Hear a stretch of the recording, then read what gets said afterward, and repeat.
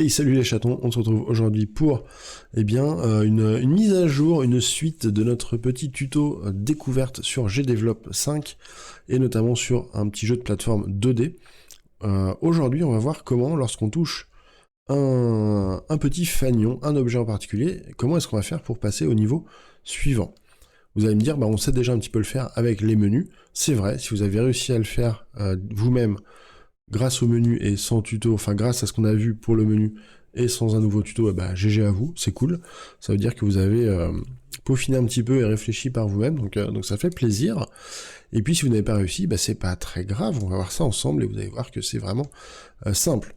L'autre chose qu'on va voir, donc là, hop, on a changé de niveau, ok. Je vais pas aller plus loin, je vous laisse découvrir la suite.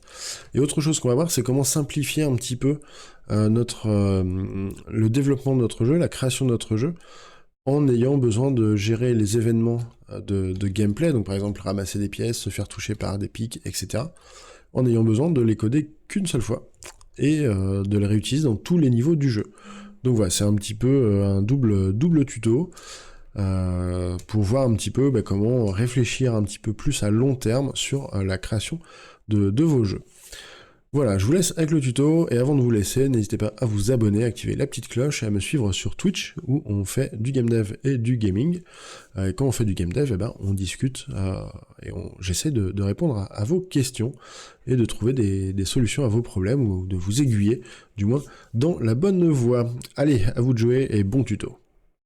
Alors avant d'aller plus loin, on va essayer de réfléchir un petit peu plus à long terme sur la création de notre jeu. En fait, ce qui va se passer, c'est que si je veux créer un nouveau niveau de jeu, je peux faire tout simplement aller dans la colonne de gauche, rajouter une scène, et hop, je me retrouve avec un nouveau niveau de jeu. Le problème, c'est que ce niveau n'aura pas tout le gameplay qu'on a créé déjà dans les précédentes vidéos. Ce qu'on pourrait tout simplement faire, c'est sélectionner tous ces événements, les copier tels quels dans le nouveau niveau, et ça fonctionnerait très bien.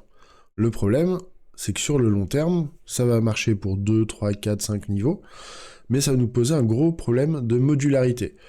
C'est-à-dire que si par exemple je dois changer un événement de gameplay, puisqu'on va sûrement en rajouter par la suite dans la suite de ces vidéos, si je dois changer ou rajouter des éléments de gameplay, il faut que je le fasse dans tous les niveaux, au risque d'oublier parfois de le faire dans certains niveaux, et du coup d'avoir un niveau bancal avec un gameplay qui ne correspond pas aux autres. Je prends un petit exemple, si par exemple, au lieu de rajouter seulement 1 point au score quand on ramasse une pièce, je veux rajouter 5 points au score, peu importe, vous dites que vous avez besoin de mettre plus de points sur ces objets, eh bien il faudra modifier cette valeur-là dans tous les niveaux que vous aurez créés. Ça va vite poser un problème, ça va être très très chiant à faire, clairement, et vous risquez, comme je vous le disais, d'oublier sur certains niveaux ce changement. Donc, ce qu'on va commencer par faire, c'est que plutôt que d'utiliser pour tous les niveaux exactement les mêmes événements et simplement les copier-coller, on va créer ce qu'on appelle une feuille d'événements externe, une external events. Cette feuille d'événements, en fait, on va pouvoir la lier et l'intégrer dans tous les niveaux tels quels, mais il n'y en aura qu'une seule. Ce qui veut dire que toutes les modifications, les ajouts de gameplay, etc., vous les ferez qu'une seule fois et ça sera réparti sur tous vos niveaux. Donc, on va tout simplement faire un petit plus external event, et puis moi j'aime bien l'appeler gameplay, tout simplement. Vous verrez, dans la prochaine vidéo, on en rajoutera encore une pour gérer la caméra. Donc, j'ai ma feuille d'événements, external events, gameplay, je vais cliquer dessus, ça nous ouvre notre feuille d'événements, et là on nous demande de choisir une scène sur laquelle cette feuille d'événements externe va être inclue directement. Donc pour l'instant, on a simplement jeu, tout simplement. Essayez quand même de séparer le gameplay de tout ce qui est menuing, quitte à refaire une deuxième feuille externe pour tout ce qui est menu, mais vraiment garder, séparer vraiment vos actions et vos programmations menu et jeu. Ça sert à rien de mélanger les deux. Même si parfois ça peut être utile quand on fait des menus in-game, etc., etc. Mais pour l'instant, on va rester simple. Donc on va sélectionner notre scène jeu, qui est notre première scène, et on va faire choose. En réalité, cette action-là, c'est pas la plus importante, mais vous êtes obligé de la faire. Donc on la fait. on arrive sur notre feuille d'événement gameplay. Là, deux options, soit vous êtes super chaud et vous refaites tout ça à la main sans recopier, et sans recopier. Éventuellement, vous recopiez les valeurs, mais vous réfléchissez vous-même pour voir si vous avez bien compris ce qu'on a fait dans les 3 premières vidéos. Ou soit, eh ben, on va tout simplement tout sélectionner, donc clic gauche et en maintenant Shift, donc majuscule, hop, pour que tout soit entouré en bleu. On fait un petit CTRL X, allez soyons fous, CTRL X, alors on enlève tout, on va sur Gameplay, on rajoute du coup un nouvel event, Add a new event, on sélectionne la condition et on fait CTRL V. Ce qui fait que notre condition ici, on va pouvoir tout simplement la supprimer, elle ne sert plus à rien. Ok, on pense bien sûr à sauvegarder. Et là, si on fait une preview, on va être embêté, plus rien ne fonctionne. Pourquoi ça fonctionne? Ça fonctionne tout simplement, mais oui, pardon, petit bug de ma part, ça fonctionne puisqu'on a, quand on a créé notre feuille gameplay, on a lié cette feuille gameplay à notre premier niveau jeu.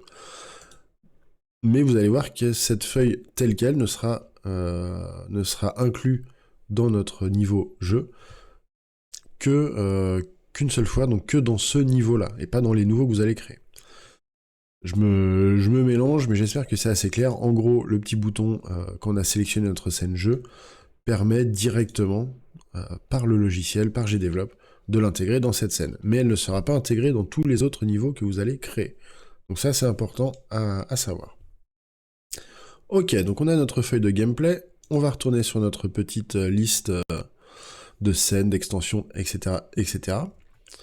Et puis notre scène jeu, on va la renommer. On va faire les 3 petits points, rename, ou si vous faites F2 directement, et on va l'appeler par exemple niveau underscore 1. Vous l'appelez comme vous voulez. Moi, ce que je vous conseille par contre grandement, c'est tout simplement de terminer par un chiffre, par exemple niveau 1, niveau 2, niveau 3, etc. et de mettre un symbole entre le nom et le numéro. Pourquoi? On va probablement pas en parler dans cette série pour débutants, mais tout simplement pour faire des changements de niveau, du déblocage de niveau, etc. Ça sera pratique d'avoir juste le numéro du niveau derrière, et tout le reste on s'en fout, on n'en a pas spécialement besoin.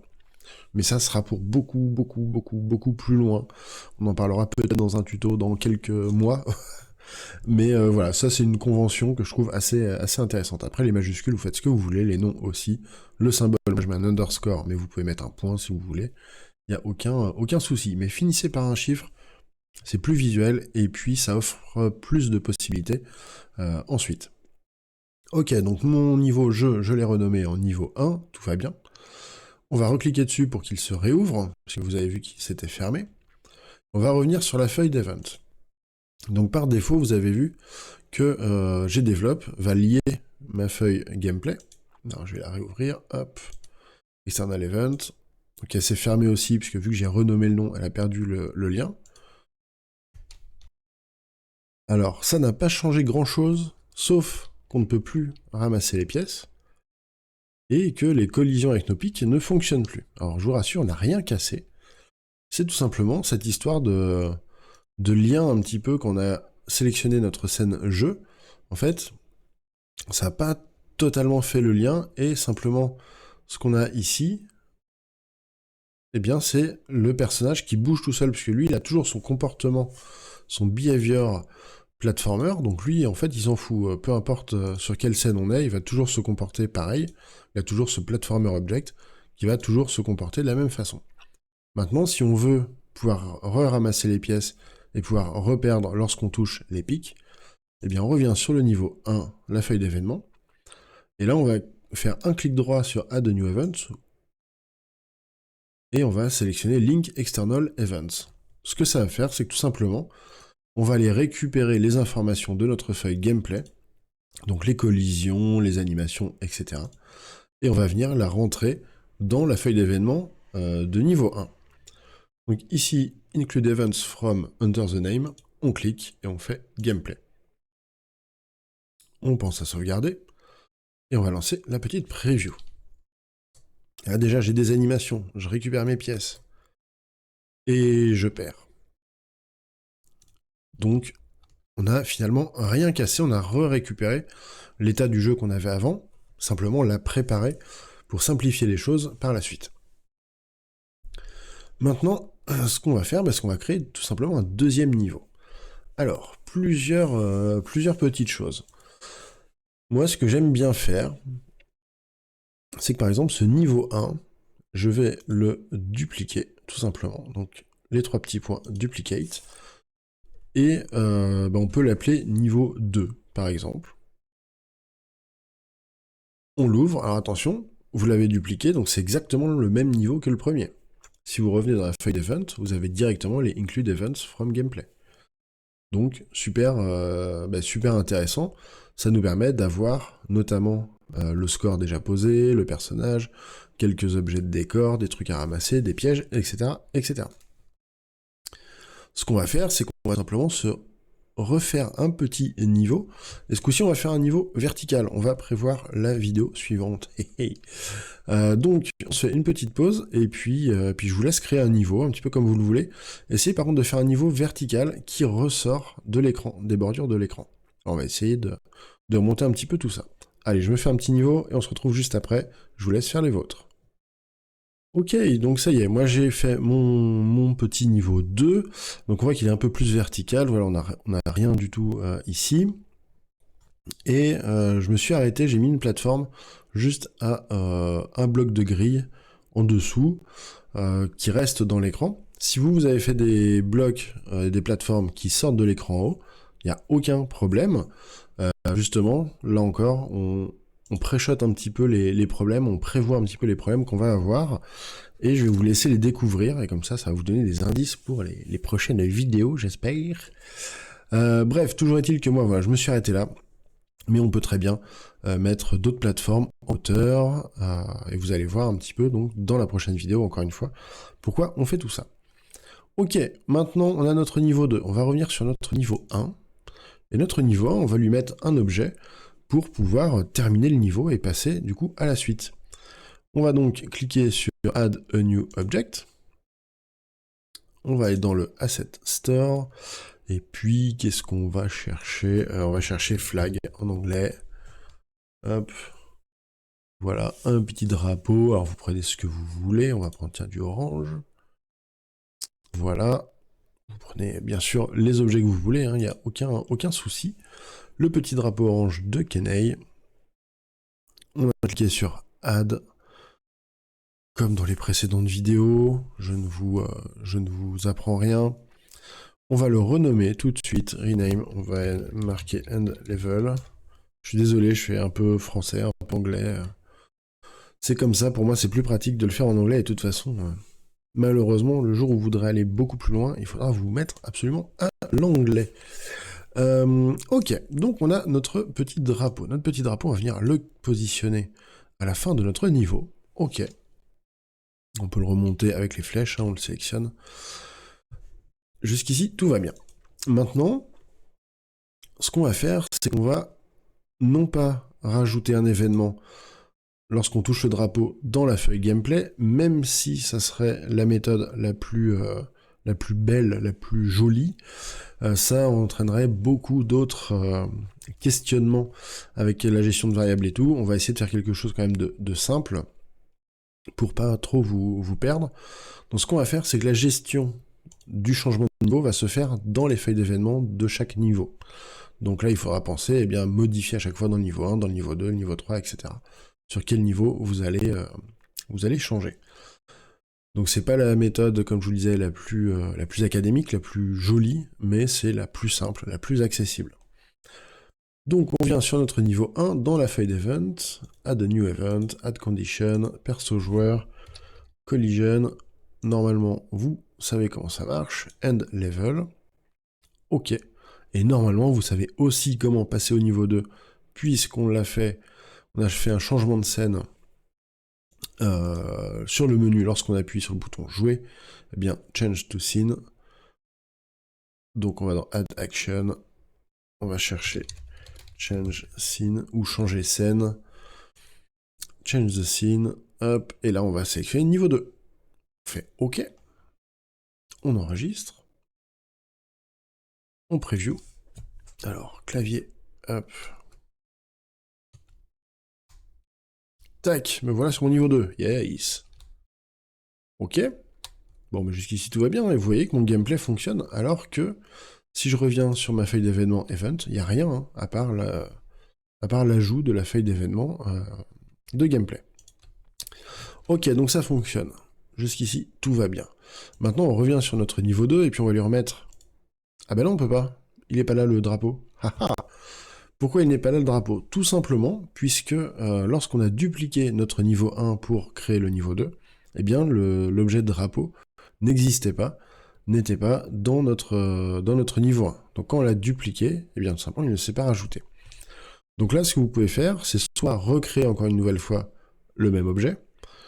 Ce que je vous conseille plutôt de faire, c'est de revenir sur le niveau 1, de sélectionner votre end level, les 3 petits points, et on va aller sur Set as Global Object. Alors attention, ne le faites pas avec tous les objets, notamment les boutons du menu principal, ils n'ont aucun intérêt à être partout dans le jeu. Donc réfléchissez bien quand même sur certains objets, à ne pas les mettre en global. Un autre exemple, vous utilisez un objet, je sais pas, un piège particulier dans un seul niveau de votre jeu, que dans un seul, eh bien ça sert à rien de le passer en global. Vous le rajoutez à la main dans les objets de scène, et ça ira très bien. Nous, on va donc le passer en objet global, ce qui veut dire qu'il va être disponible dans tous les niveaux du jeu, même dans les menus. Et le problème, c'est qu'ensuite, on ne peut pas le repasser en objet de scène, on ne peut pas le repasser en objet normal. Donc c'est pour ça, réfléchissez bien. Est-ce que vous avez besoin que cet objet-là soit global? Donc nous, pour le end level, on va mettre oui. Et même chose, on pourrait le faire pour le perso joueur, pour tous nos objets plateformes, tous nos pièges, etc., etc. Je vous laisserai le faire vous-même. Il n'y a pas de piège, hein, on la refait de la même façon. Maintenant, on voit que notre objet est passé dans end level, enfin notre end level, pardon, est passé sur global object. Je suis désolé, je viens de finir la journée, ça a été compliqué. Et on revient sur notre niveau 2, et là maintenant, ça y est, j'ai accès à mon end level. Donc mon end level, je vais venir le mettre, ici, alors pour moi c'est là la fin de niveau, vous pouvez la mettre où vous voulez, il faudra peut-être la rebouger après, vous allez voir tout ça. Et maintenant, je reviens sur mon niveau 2, dans sa feuille d'événement, et même chose que tout à l'heure, add condition, perso joueur collision, avec le end level, on fait OK, add action, change scene, ou changer scène, et là, on sélectionne, du coup, normalement, le niveau 3. Alors moi, je vais mettre le menu, on va dire que j'ai fini le jeu, que j'ai fait mes 45-12 milliards de niveaux, je reviens directement sur le menu. Comme ça, en fait, je vais avoir une boucle complète de mon jeu. On reprend le niveau 1, on va tout tester, on sauvegarde bien sûr, preview, et c'est reparti. Hop, on passe au niveau 2, ok, attention, on est plus sur la verticalité. Ah, j'ai tellement pas joué à jouer au clavier, au jeu de plateforme, au secours. Et là, il y a un problème, là. Là, il y a un problème, c'est-à-dire que mon personnage sort de l'écran. Ne vous inquiétez pas, c'est un problème que je vous ai fait générer exprès. Puisque comme ça, eh bien, vous savez que dans la prochaine vidéo, on va résoudre ce problème. On va le résoudre d'une manière élégante, voilà, en rajoutant un petit effet de caméra, un petit lissage de la caméra, pas piquer des hannetons d'orgue. Donc on a un petit souci, ce qui veut dire que si votre drapeau, vous l'avez mis complètement en dehors de l'écran en haut, vous n'y avez pas accès, donc il faut quitter, le redescendre, et le mettre visible dans l'écran. Alors là, du coup, je me suis gouré, parce que je suis pas bon du tout au jeu de plateforme, avec un clavier, surtout avec les directions sur les flèches, mais c'est pas grave. Ah, est-ce que je vais y arriver? Ça va durer plus longtemps que le tuto. Ah oui, peut-être que je passe par là, ce sera peut-être plus simple aussi. Ah, tout ça se fera, on en parlera aussi de ces trucs-là. Voilà, et donc là, on m'a pas vu arriver, on a juste aperçu les pieds, mais je suis bien arrivé sur mon drapeau, et donc j'arrive à la fin du jeu. Bien sûr, vous pouvez faire un écran soit de game over, soit un écran de win, pour féliciter le joueur. Ok, bon bah écoutez, on a vu comment changer de niveau. On a vu également comment simplifier un petit peu notre développement de gameplay. Dans la prochaine vidéo, comme je vous le disais, on va voir un petit peu comment faire suivre la caméra, comment la faire suivre notre joueur. Donc il y a une façon très simple pour le faire, qui fonctionne, ma foi, bien, mais c'est pas la plus jolie. On va essayer de rajouter des petits effets un peu cool, justement pour lisser un petit peu les mouvements de caméra, que ce soit moins abrupt. On verra tout ça dans la prochaine vidéo. Voilà, écoutez, j'espère que ça vous aura quand même plu. On se retrouve normalement bientôt pour la suite de ce tuto.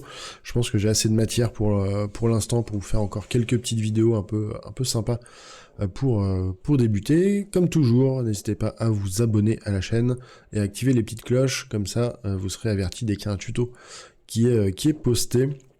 N'hésitez pas aussi à me suivre sur Twitch si vous voulez suivre des lives un peu plus gaming ou game dev. Et pour la création de jeux vidéo, l'intérêt des lives, c'est qu'on peut discuter, on peut essayer des choses ensemble. C'est ce que je fais régulièrement avec les viewers, donc n'hésitez pas à me rejoindre également sur Twitch. Allez, c'est tout pour moi, amusez-vous bien et créez bien. Salut!